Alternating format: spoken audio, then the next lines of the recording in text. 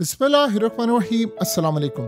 America में आज जल्जला बरपा हो गया है। ऐसा जल्जला बरपा हुआ है कि अमेरिका में डोनाल्ड ट्रंप का मुस्तकबिल आज जीरो हो गया है। वो मुस्तकबिल का इलेक्शन भी हारने वाला है और इस सूरत हाल में ज़ोहरान मुमदानी पहले न्यूयॉर्क के मुसलमान मेयर मुंतखब हो गए हैं।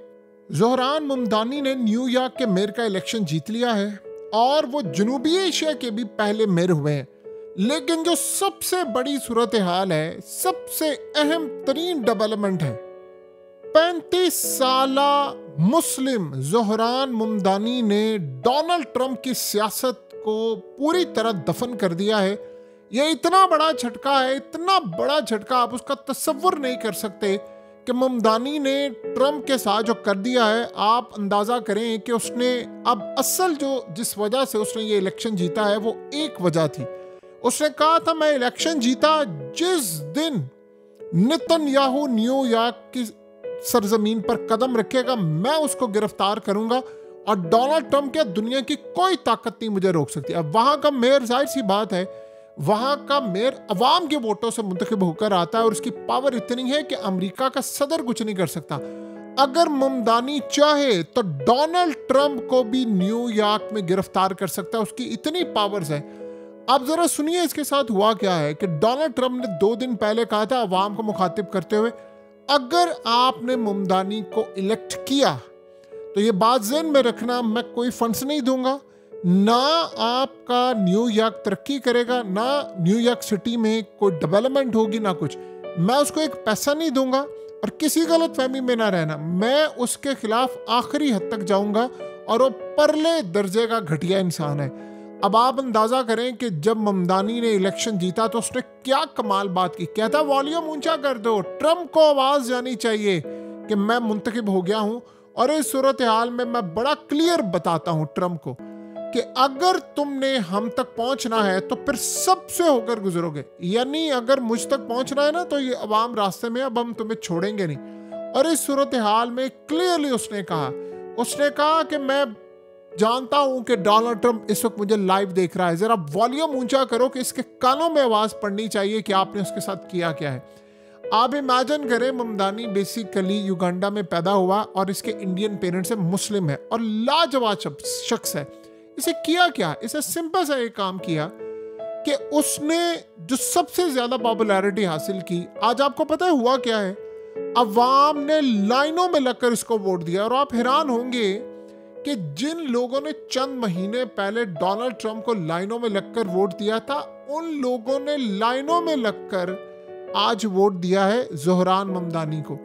और उसकी सिर्फ एक मेन वजह, देखिए हमेशा क्या होता है, सारे ये बात करते हैं कि हम ये काम करेंगे, वेजेस बढ़ाएंगे, ये करेंगे, डेवलपमेंट होगी, सारे अपने अपने एजेंडा देते हैं। ये डिफरेंस क्या था? उसने सिर्फ एक बात की है जिसके बाद सारी अवाम उसके पीछे खड़ी हो गई है। उसने कहा था अगर न्यूयॉर्क सिटी में इसराइल का वजीर आजम नेतन्याहू दाखिल हुआ मैं उसको गिरफ्तार करूंगा।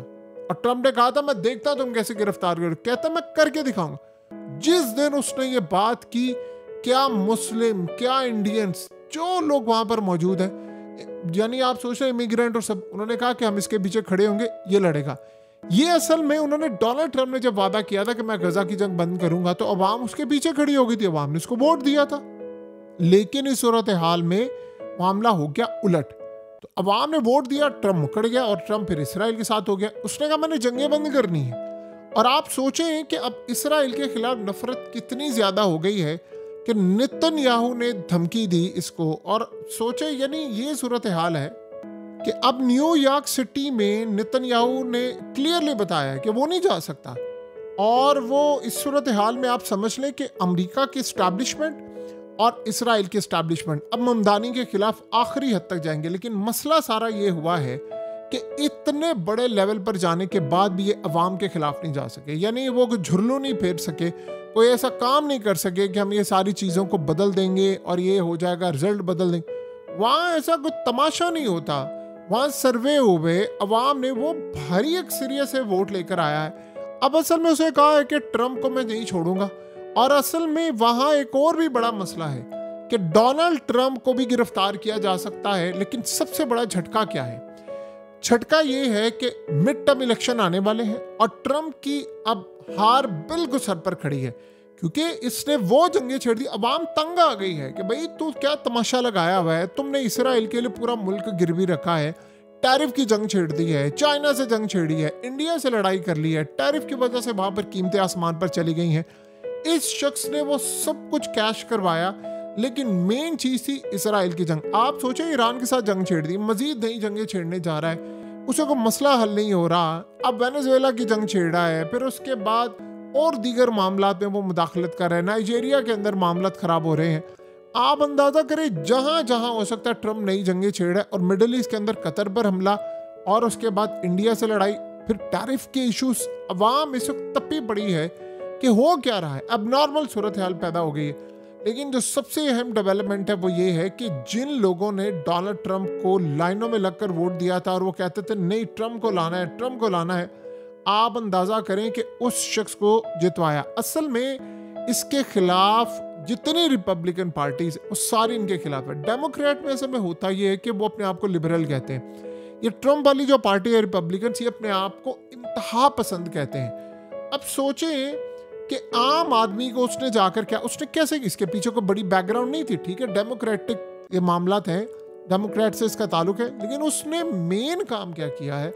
मेन काम उसका ये था कि आप लोगों के जो मसाइल हैं वो ख़त्म किसी तरह नहीं कर सकता, लेकिन उसको बेहतर ज़रूर करूँगा। और उसने अपना जो एजेंडा दिया है कि लोगों की तनख्वाहें बढ़ाएंगे।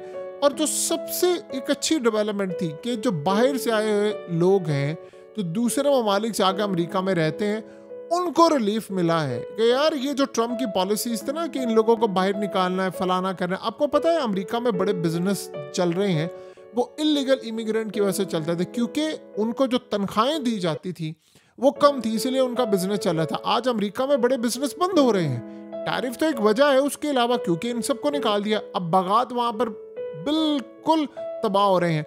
वहां पर कोई फार्मर नहीं है, किसान नहीं है, सारे इन्होंने बाहर निकाल दिए। Mexico, African countries, Muslim countries, India, Pakistan, हर जगह वहां पर थे। अब उनको वहां पर समझ नहीं आती हम करें क्या।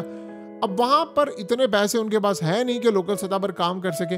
और चाइना के साथ जो टैरिफ का मामला था उसमें तो ट्रंप ने सरेंडर कर दिया, आप सबको बताएं। अब आप सोचें दुनिया की कौन सी ऐसी धमकी थी जो ट्रंप ने जोहरान ममदानी को नहीं लगाई। उसके खिलाफ मुकदमात किए, उसे कहा कि मैं तुम्हें पैसा नहीं दूंगा, और सबसे बढ़कर उसकी जो अपनी जमात के लोग थे वो उसके खिलाफ खड़े हुए थे। फिर सोचें कि आप जब इतनी बड़ी पावर कि मैं नेतन्याहू को गिरफ्तार करूंगा, मैं ट्रंप को नहीं छोड़ूंगा, आप बताएं कि जब इतनी बड़ी सूरत हाल लगाने के लिए अमेरिका के अंदर जो अरबपति लोग हैं, बिलियनर्स हैं, उन्होंने मिलियंस ऑफ डॉलर्स की कैंपेन लगाई इसके खिलाफ और कहा कि ये सब बिल्कुल तबाह कर देगा, ये कर देगा, स्टेटस को बरकरार रखना था। लेकिन इस सूरत हाल में पहला 34 साला मुसलमान और जनूबी एशिया का जो मेयर है वो अवाम ने मुंतखब कर दिया, और उसने कहा है कि मैं लड़ूंगा, मैं आखिरी दम तक लड़ूंगा। और इस सूरत हाल में आप ये सोचें कि अब आ रहे हैं आगे मिड टर्म इलेक्शंस अप्रैल में, और वो मिड टर्म इलेक्शन ट्रंप हारता हुआ नजर आ रहा है क्योंकि वोटर्स तो यही है ना। और उसके बाद आप सोचें कि अवाम की सूरत हाल आने वाले वक्त में, अब ट्रंप क्या कह रहे हैं, कहता है मैं तीसरी बार भी इक़्तिदार में आऊँगा। यानी जो राम वार कर रहा है कि अमेरिका के कानून में तब्दीली वो करना चाहता है, जैसे 2 दफ़ा का जो सदर है वो तीसरी दफ़ा भी बनेगा। जब ऐसी सूरत हाल पैदा हो जाती है तो बताएं फिर क्या मामला होगा। सो अब जो भी मामला सामने आया है उसमें एक बात आप समझ लें कि थर्ड वर्ल्ड कंट्री और एक पावरफुल डेमोक्रेटिक कंट्री में फ़र्क क्या होता है। फ़र्क ये होता है कि आप सोचें कि ट्रंप नफरत करता है, वो एक मुसलमान था और कितने मुसलमानों के खिलाफ कैंपेन है, और आप इसराइल के खिलाफ जाकर आप नेतन्याहू को गिरफ्तार करने की बात करके फिर भी इलेक्शन जीत सकते हैं क्योंकि वहां पर सिस्टम है। और आप सोचिए आज उसके पास इतनी पावर आ गई है कि उसके मुकाबले में जो उसका मुखालिफ था जिसको ट्रंप बैक कर रहा था वो गवर्नर और गवर्नर का बेटा। सोचे कि ऐसी सूरत हाल में वो शख्स खड़ा हुआ और उसने सारे के सारे निज़ाम को अकेले शिकस्त दी है। और जो सबसे अहम बात है वो ये है कि ये जो एक मिथ बनी हुई है कि सिर्फ जो इजराइल चाहता है वो होता है, नफरत करता है नेतन्याहू इस शख्स से। आप सोचें, नेतन्याहू इंडिया जा रहा है, वहां उसको गिरफ्तार नहीं वो कर सकते, दुनिया के बहुत सारे मुल्कों में नहीं कर सकते, लेकिन उसने कहा कि यहाँ सरजमीन पर कदम रखेगा, पहला ऑर्डर यही जारी करूंगा कि नेतन्याहू जैसे न्यूयॉर्क में कदम रखे इसको गिरफ्तार कर लो। तो आप सोचें कि ट्रंप के लिए तो कितना बड़ा झटका है। तो उन्होंने कहा मैं यहाँ पर न्यूयॉर्क में नहीं आऊँगा, नेतन्याहू नहीं आएगा, लेकिन उसको हटाने के लिए उसके खिलाफ कैंपेन कोई हद क्रॉस नहीं की। ये बहुत बड़ा दिन है अमेरिका की तारीख का, इतना बड़ा दिन है कि अब ट्रंप की छुट्टी होने वाली है मुस्तकबिल में।